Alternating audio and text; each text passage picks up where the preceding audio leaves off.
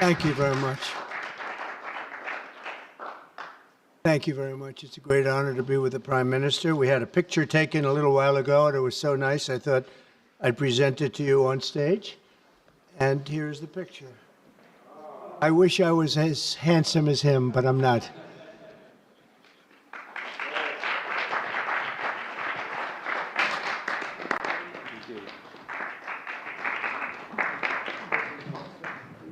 Okay, thank you. Oh.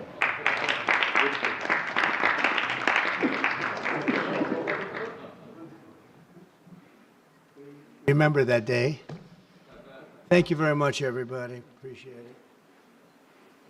I'm delighted to welcome Japanese Prime Minister Ishiba Shigeru to the White House for the first time. And Prime Minister, it's an honor to have you with us, a great honor. Japan is a great country. Thank you very much. Japan is strong and proud. It's a nation that is home to one of the great civilizations in the history of the world. For nearly 80 years, the American-Japanese people have enjoyed a friendship like few others. We've had a great friendship across the vast ocean, and we found ourselves united by bonds of history, commerce, culture, mutual admiration, and great respect. After our meeting today, I'm confident that the cherished alliances between our two countries and others also will continue to flourish long and into the future. The military cooperation between the United States and Japan is one of our closest security partnerships, and it's one of the closest we have anywhere in the world. Our service members work together every day to defend our common interests. Japan is committed to double its defense spending by 2027 compared to my first term. They've invested a lot of money because of my first term. We worked on that very hard with Shinzo. You know, the great Shinzo Abe, and we look forward to seeing even more so. Shinzo and I worked very, very long and hard, and those numbers are very reflective after my first term. And now they're going up very substantially based on our conversations today. In addition to being vital for our shared security, Japan is one of the top purchasers of U.S. military exports and equipment. And I'm pleased to say that this week my administration approved nearly $1 billion in foreign military sales to Tokyo. The United States is totally committed to the security of Japan. We will extend the full strength of American deterrence capabilities in defense of our friend and ally, 100%. In the years to come, the Prime Minister and I will be working closely together to maintain peace and security, and I also say peace through strength, and all over the Indo-Pacific. And to that end, we also remain committed to the effort I began in my first term to ensure safety and stability on the Korean Peninsula. Prime Minister Ishiba and I spoke long and hard about a vital economic relationship between our two countries and the continuance of that relationship. The United States and Japan trade over $300 billion in goods and services each year. Japan has invested nearly $800 billion, and that's going to go up very, very substantially in the coming months, more than any other country. And they're going to have some competition. We have a lot of people coming in and investing in the United States. I think the feeling throughout the world has never been stronger about this country. As a result of our victory in 2024, the presidential election, the Japanese investment and technology giant SoftBank announced plans to invest between $100 and $200 billion. And we have many other companies investing that number, higher than that number, some a little bit less, but we have trillions of dollars of investment pouring into our country now that you didn't have just a short while ago. Today, our teams discussed how our two nations can do even more to stay on the cutting edge of artificial intelligence, along with the quantum computing, semiconductors, and other critical technologies. And they're coming out. The problem with technology, that kind, it's obsolete in about 2 days, so we have to start all over again. Doesn't last long. We agreed to cooperate even more closely to combat the Chinese economic aggression, which is quite aggressive. I'm also pleased to announce that Japan will soon begin importing historic new shipments of clean American liquefied natural gas in record numbers. It'll be record numbers. With our Secretary of the Interior, we were talking, I think Doug is here. Hello, Doug. Please stand up, Doug. Doug Burgum, everybody. We're talking about the pipeline in Alaska, which is the closest point of major oil and gas to Japan by far, less than half the distance of any other location. We're talking about a joint venture of some type between Japan and us, having to do with Alaska oil and gas, and that's very exciting. They're very excited about it, so are we. As we deepen our economic relationship, I made clear that the United States will be conducting trade with all countries based on the principle of fairness and reciprocity. Chronic trade deficits not only undermine our economy, they really do, and we're going to get rid of the trade. We have a trade deficit with Japan of over $100 billion, but we're going to work that out, and I think very quickly, frankly. We can do it just on oil and gas. We can work it out, so we intend to do it very quickly. We both understand that. And as America welcomes new foreign investment, we also want to ensure that companies build their products and factories here in America, not simply buy the assets that we have. And Japan is going to be opening up auto plants. New auto plants are being built currently as we speak. They've just been started. Toyota is one, and Nissan's going to be doing something very exciting about U.S. Steel. They'll be looking at an investment rather than a purchase. We didn't like the idea. U.S. Steel is a very important company to us. It was the greatest company in the world for 15 years, many years ago, 80 years ago. And we didn't want to see that leave. And it wouldn't actually leave, but the concept, psychologically not good. So they've agreed to invest heavily in U.S. Steel as opposed to own it. And that sounds very exciting. And we're going to meet with Nissan next week, the head of Nissan, very great company. And they'll work out the details. I'll help. I'll be there to mediate and arbitrate.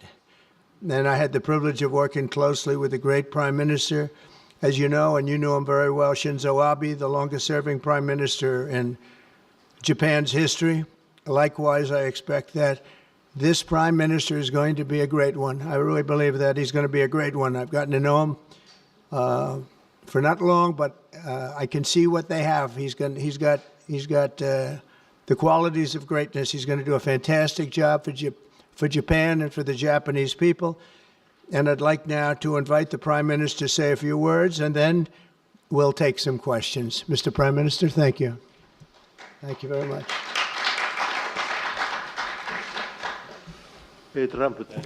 Mr. President Trump, I would like to sincerely thank you for inviting me to the White House today, immediately following your inauguration. I also thank you for your very warm hospitality. I have come to Washington, D.C.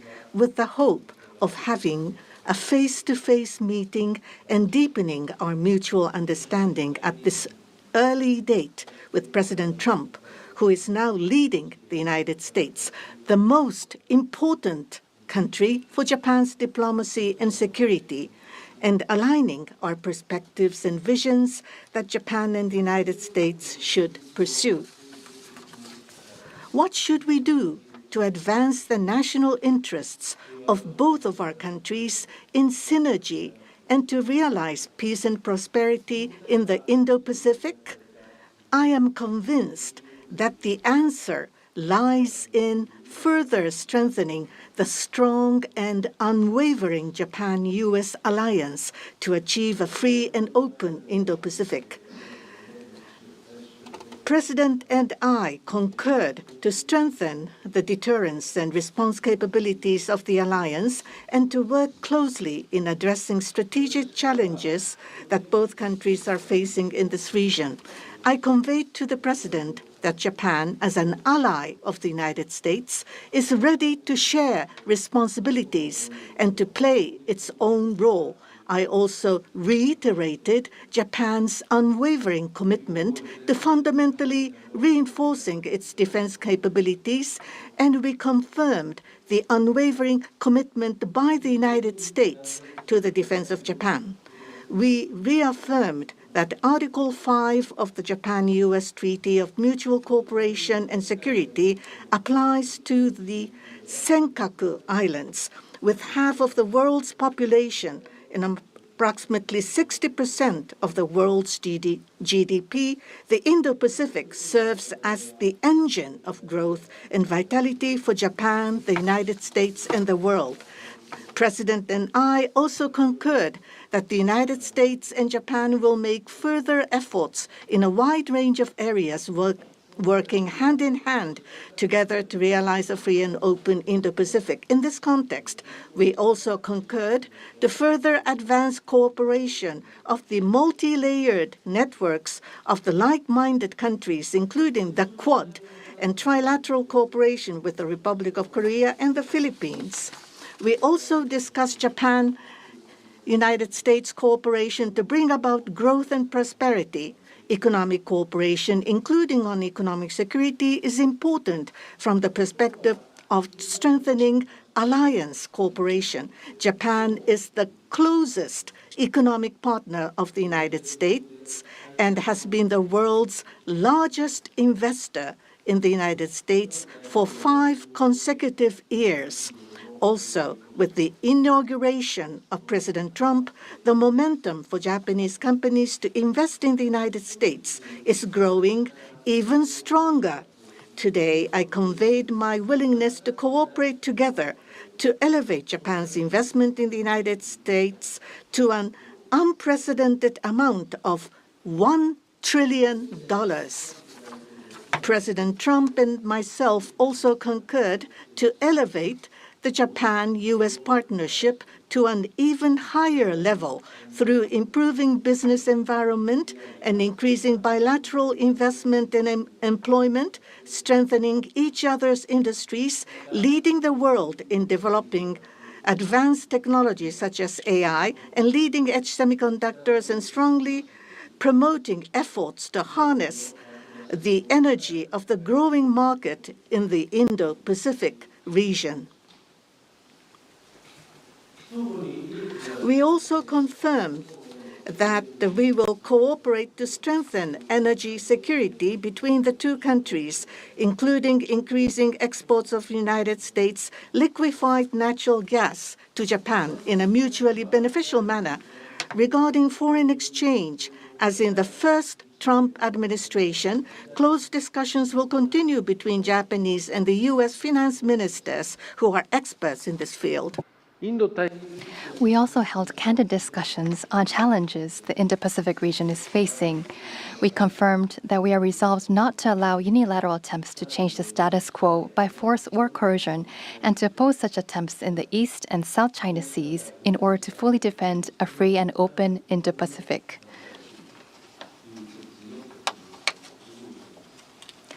We also reiterated the importance of peace and stability across the Taiwan Strait. Regarding North Korea, we affirmed the need to address its nuclear and missile program, which poses a serious threat to Japan, the U.S., and beyond, and that Japan and the U.S. will work together toward the complete denuclearization of North Korea. As the abductees and their families continue to age, I conveyed my strong sense of urgency and determination directly to President Trump and gained his renewed strong support for the immediate resolution of the abductions issue. While this was my first face-to-face meeting with President Trump, we were able to openly and frankly exchange views, and our meeting turned out to be very productive and meaningful. As a result of today's meeting, which marked a new departure for the Japan-U.S. relations, we are issuing a Japan-U.S. Joint Leader Statement. This document will serve as a compass for further cooperation between our two countries.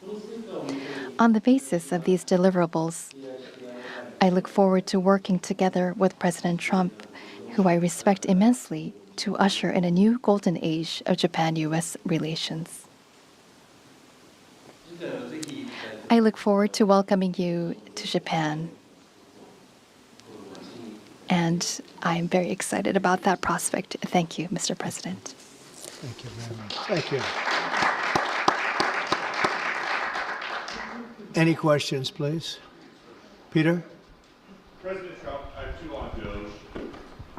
Elon Musk said today, I love Donald Trump as much as a straight man can love another man. What does the First Lady think about that? Oh, I think she'll be okay with it somehow. So, Democratic lawmakers are really upset that Doge engineers have access to these Treasury payment systems. The Senate Intel Dems wrote a letter to Susie Wiles. They're saying that these systems are used to disperse trillions of dollars each year and contain everyday Americans' personal information like social security numbers, home addresses, bank accounts. Why does Doge need all of that stuff? Well, it doesn't, but they get it very easily. I mean, we don't have very good security in our country, and they get it very easily. And what we're doing, if you look at what has just taken place with respect to some of the investments that have been made on another agency that people have been talking about for years, but nobody did anything about it, it's absolutely obscene, dangerous, bad, very costly. I mean, virtually every investment made is a con job. There's nothing of value to anybody unless there's a kickback scheme going on, which is possible. And we're going to be doing more and more of that. We're going to be looking at Department of Education. We're going to be looking at even our military. We're going to be looking at tremendous amounts of money, Peter, being spent on things that bear no relationship to anything and have no value. We're talking about trillions of dollars. It will be, in the end, trillions of dollars being absolutely wasted, and perhaps illegally. I would say certainly in many cases illegally, but perhaps illegally overall. And I'm very proud of the job that this group of young people, generally young people, but very smart people, they're doing. They're doing it at my insistence. It would be a lot easier not to do it, but we have to take some of these things apart to find the corruption. We found tremendous corruption. You mentioned the Department of Education. What did you think when you saw Democratic lawmakers trying to get into the Department of Education earlier today? Well, I see the same ones. I see Maxine Waters, a lowlife. I see, all these people. They don't love our country. They don't love our country. We want great education.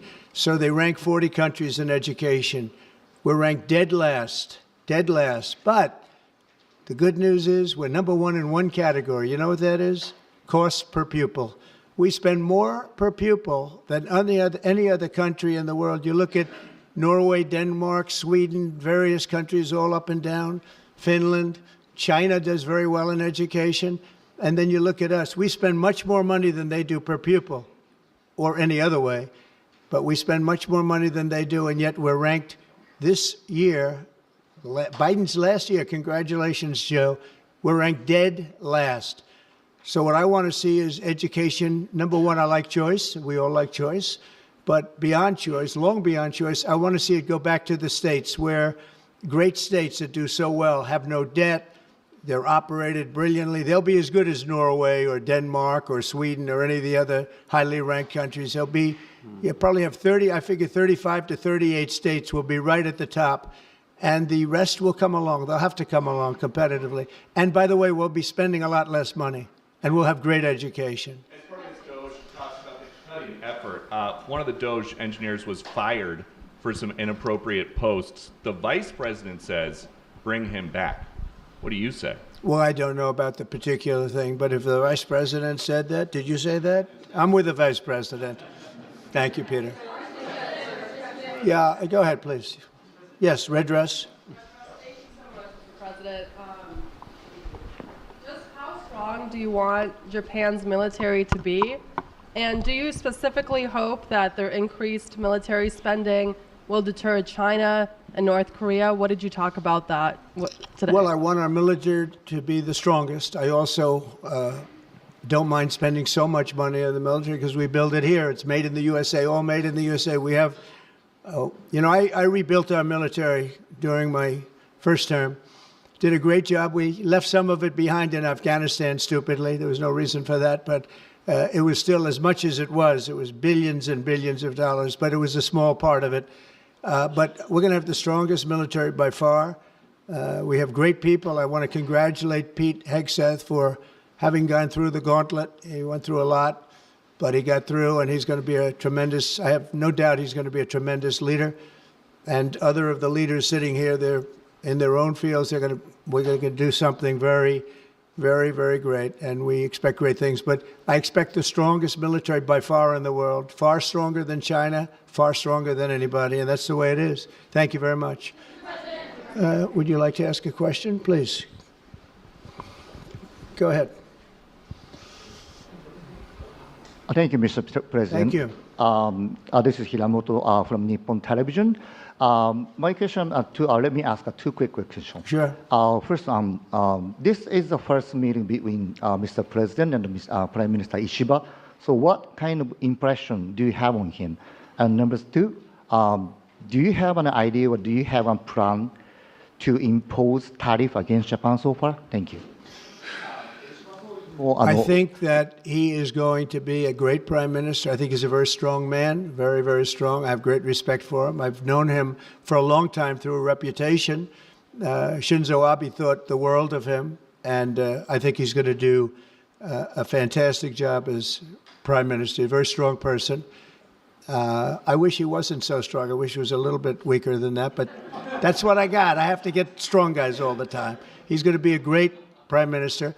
I also, in terms of tariffs, I mean, we're going to have tariffs, mostly reciprocal tariffs, where we go with, and I'm going to be probably meeting on that Monday or Tuesday, have an announcement, probably a news conference, but probably reciprocal tariffs where a country pays so much or charges us so much, and we do the same. So very reciprocal, because I think that's the only fair way to do it. That way, nobody's hurt.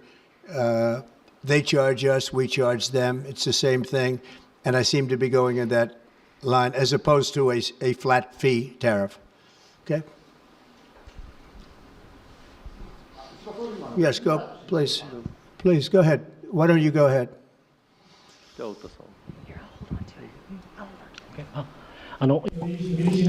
This is Ota from Yomiuri Shimbun newspaper. I have a question for Prime Minister Ishiba. So this is your very first summit meeting. What was your impression of President Trump? Were you able to build a good relationship of trust and confidence? In Northeast Asia, there are many challenges, China, North Korea, and so forth. And with President Trump, what did you appeal to him, and what kind of understanding were you able to obtain? On the economic field, there is the acquisition of U.S. Steel, by Nippon Steel, and there are expansion of import of LNG. What were the communication discussion did you have with President Trump for the $1 trillion of investment from Japan to investment? What was his reaction? What about your communication on tariff front? This is the first time that I met with President Trump in person. So this was the first time meeting face to face. But for many, many years, I have watched him on television. So it was quite I was so excited to see such a celebrity on television, to see in person. On television, he is frightening. And he has a very strong personality. But when I met with him, actually, he was very sincere and very powerful and with strong will for the United States as for the whole world. I was able to feel that. This is not the sort of polishing or trying to suck up to him. For the world peace and for the regional stability that both of our countries need to play our role and make our endeavors and responsibility. As for the increase of our defense expenditures, it is not that we are told by the United States to do so. Japan, on our own decision and on our own responsibility, we need to increase our defense expenditures. But of course, we need to communicate and consult with the United States. But the responsibility is with Japan, and the decision is with Japan. Now, on the tariffs, that if it is mutually beneficial, tariffs need to be set. And as for Japan, as Mr. President has introduced to us, an unprecedented investment will be made from Japan to the United States, and so many jobs will be created. So $1 trillion is the target. And this will be to the benefit of the United States, but also to the benefit of Japan as well. Investment is mutually beneficial. So be it with U.S. Steel, as Mr. President says, it is not acquisition, it is investment. So the Japanese technology will be provided, and the better quality products will be manufactured in the United States, and the U.S. Steel will make products which will contribute not only to the United States and Japan, but also to the whole world. It is not one-sided. It will be reciprocal. It will be mutually beneficial. And I believe we were able to share on this, and that is the biggest result that I have seen today. Thank you very much. Go ahead, please. Yeah. I wanted to ask you about that U.S. Steel deal. So you're saying that is this a restructuring of the deal that's happening, and then will you approve? They're doing it as an investment, no longer a purchase. Okay. I didn't want it purchased, but investment I love. And they're going to do a big investment, subject to getting the deal done. And that's they'll be something doing you a would big. approve, where the U.S. I'm okay with that, sure. And for the Prime Minister, what was your argument to the President related to U.S. Steel? And one more on tariffs, Mr. President, if I could. You said on tariffs that you'd like them to be reciprocal back and forth. What was the reception from the Japanese Prime Minister when you said that, or when you talked about it? Well, we didn't discuss tariffs too much. We really discussed many other things, including the pipeline in Alaska, which I think is going to be maybe the most exciting thing with Doug and Chris. We discussed that at length, the pipeline. I mean, it seemed to be of great interest to them. It's we have potentially more oil and gas than in Saudi Arabia, just in Alaska. We have the most of any country in the world. It's a big asset for the United States, but we haven't used it. We go to Venezuela, we go to other places to take oil and gas, and we have more than anybody. It's an amazing phenomenon that took place over the last 4 years. Nobody understands it, including the people that were in charge of it. They had no clue what they were doing. So it was a big problem. They were surprised actually too. They were saying why didn't they wouldn't sell them LNG. They wouldn't sell. Japan wanted to buy LNG, and Biden wouldn't sell it. And I'm trying to figure that one out. Maybe it was the environment. You might answer that question. He's curious about that himself, I think. Thank you very much. If you want to answer that, you may, about LNG, that the United States wouldn't sell you LNG.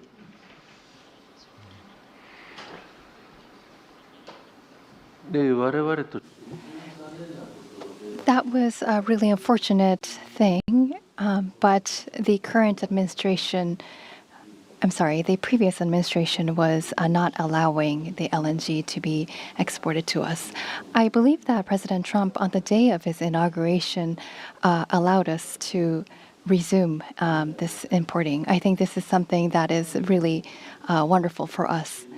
And as the country of Japan, we are interested in importing not just LNG, but also bioethanol, ammonia, and other resources at a stable price, a reasonable price from the United States. And we also want to improve the trade deficit that the U.S. has towards Japan. So if we are able to buy those at a stable and reasonable price, I think it would be a wonderful situation. And for that, I am very appreciative to President Trump. And we also look forward to LNG and hope that it's a success. I want to just say that on the ethanol, Iowa is going to be very happy. All of the Nebraska, all of our farm states are going to be very happy. They want ethanol, and we'll be able to provide it. So our farmers, who I like and they like me, I think they're going to be very, very happy. We've opened the sale of LNG immediately. Actually, we did it a few days ago, and China right now, not only China, everybody wants to buy it. We have more than anybody, and they're all buying it. But Japan, in particular, we're very happy that they're going to start immediately, and we can supply it to the world. But we're supplying it to Japan, and they're going to always be right up in the front of the line. Yeah, go ahead, please. Go ahead. Thank you so much. And Mr. Prime Minister, I have a question for you as well, but Mr. President, I'll start with you. Quickly, to follow up on what Peter was asking, have you directed Elon Musk to review Pentagon spending, given it's the biggest discretionary spending Yes, in I the have federal Pentagon, budget? education, just about everything. We're going to go through everything, just as it was so bad with what we just went through with this horrible situation we just went through. And I guess 97% of the people have been dismissed. It was very, very unfortunate. You're not going to find anything like that, but you're going to find a lot. And I've instructed him to go check out education, to check out the Pentagon, which is the military. And, sadly, you'll find some things that are pretty bad. But I don't think proportionally you're going to see anything like we just saw. FBI has turned over a list to the Justice Department of the FBI agents who worked on the January 6 rioters cases. Are you planning to fire the FBI agents who worked on those investigations? No, but I'll fire some of them because some of them were corrupt. I have no doubt about that. I got to know a lot about that business, that world. I got to know a lot about that world, and we had some corrupt agents, and those people are gone, or they will be gone, and it'll be done quickly and very surgically. Did you have a question for the Prime Minister? Talk up. Are those the ones who worked on the January 6th? I don't know. I know we have some that are very corrupt and we don't like it. We're going to bring back the reputation of the FBI. Kash Patel is going to do a great job, and we're going to bring back the reputation of the FBI, which has been hurt very badly. It's been devastated over the last 4 years. You have just been meeting for the first time with President Trump. The last administration famously did not have hardly any, if at all, contact with North Korea. President Trump certainly did the last time he was in office. Would you like to see him resume that contact and also that in-person meeting that he had with the North Korean leader, Kim Jong-un?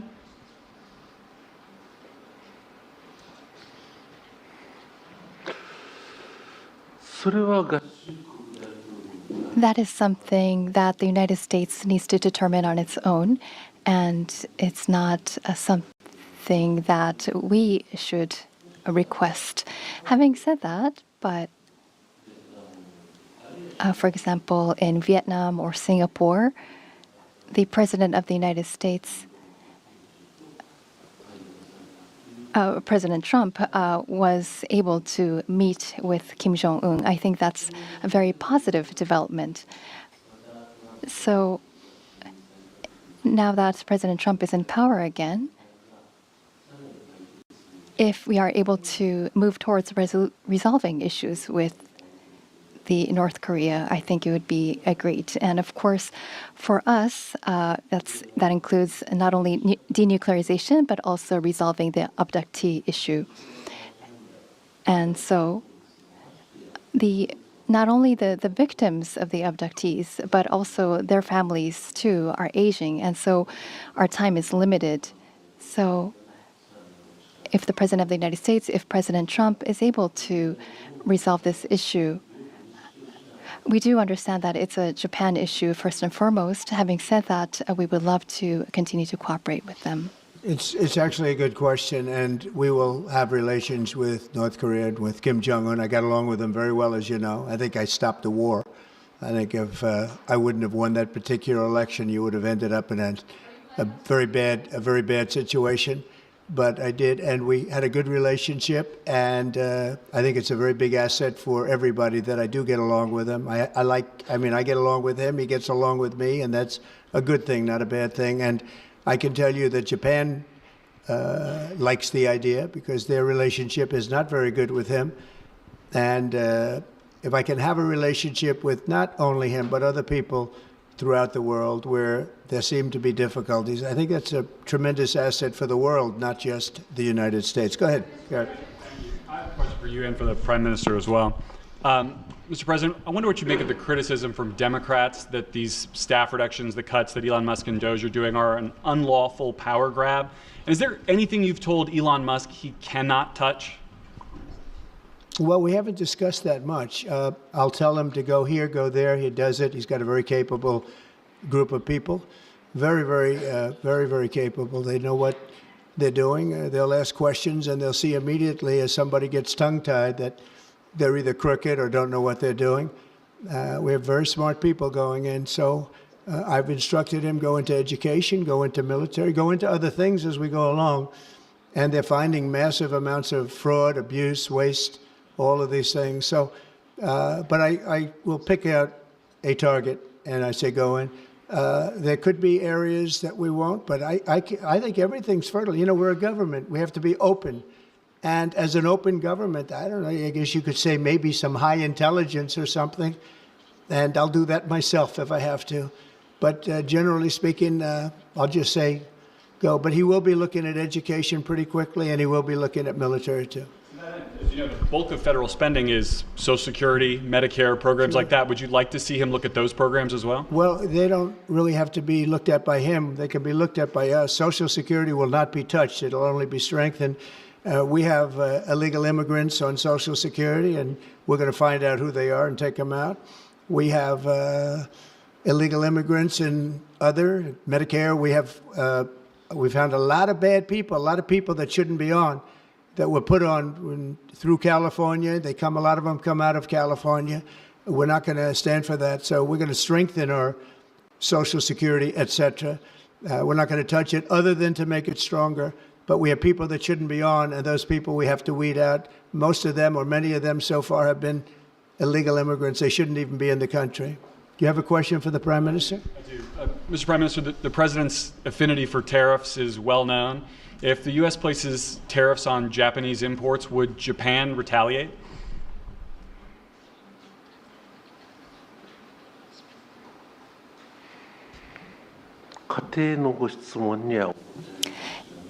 I am unable to respond to a theoretical question. That's the official answer that we have. That's a very good answer. Very good answer. Wow. That's very good. He knows what he's doing. Thank you very much, everybody. Thank you. Thank you.